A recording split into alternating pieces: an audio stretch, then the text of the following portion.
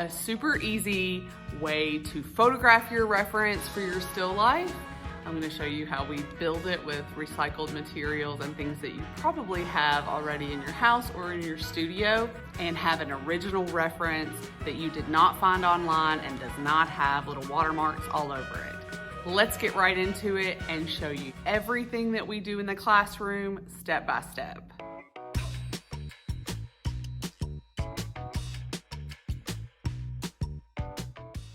A lot of beginners think you can just snap a picture of an object, use it for drawing or painting, and it'll work. But that's not true. You get into it and you realize that the shadows aren't good, the light wasn't strong, the contrast isn't there. We don't want a lot of clutter in the background, so we use these old boxes, cover them with some scrap construction paper, and you can see right here, these are old. We've used them for a long time and they work great.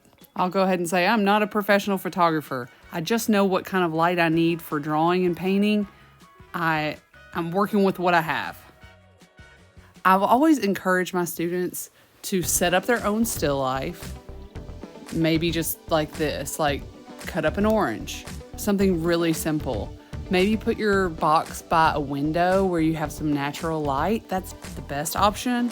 I will arrange my items differently, take a few different shots. It doesn't really cost you anything, just a little time and effort arranging.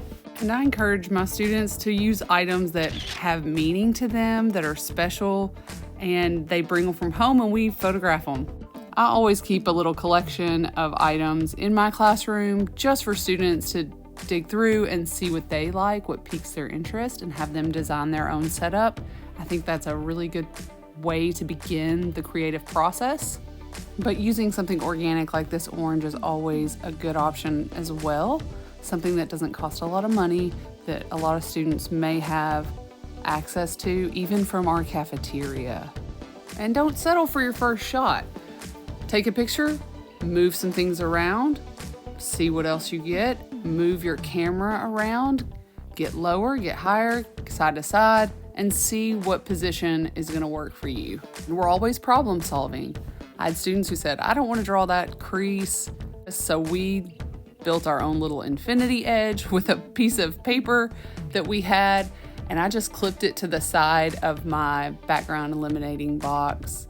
Tried to get a nice smooth transition for the light in the background, and we used that.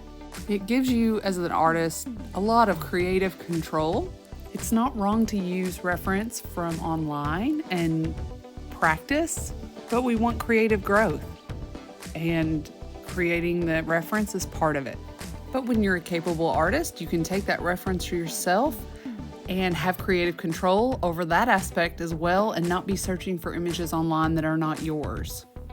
And even a very simple arrangement like this still has the artist hand in it if they set it up themselves. I often will tell students a diagonal upper light will give you a nice long shadow. That's what we want. To keep it simple, I say make sure your object has a light side and a dark side. Pay attention to what the shadows look like as well. You may love that or hate it, but just know that that does happen. Careful not getting the lamp too close. That almost eliminates any shadow at all. If you put it in backlight, a lot of your object is going to be in the dark. If you can't control the light completely, try to go to a storage room or something like that where you have a little more control over the light, and it gives you a lot more contrast.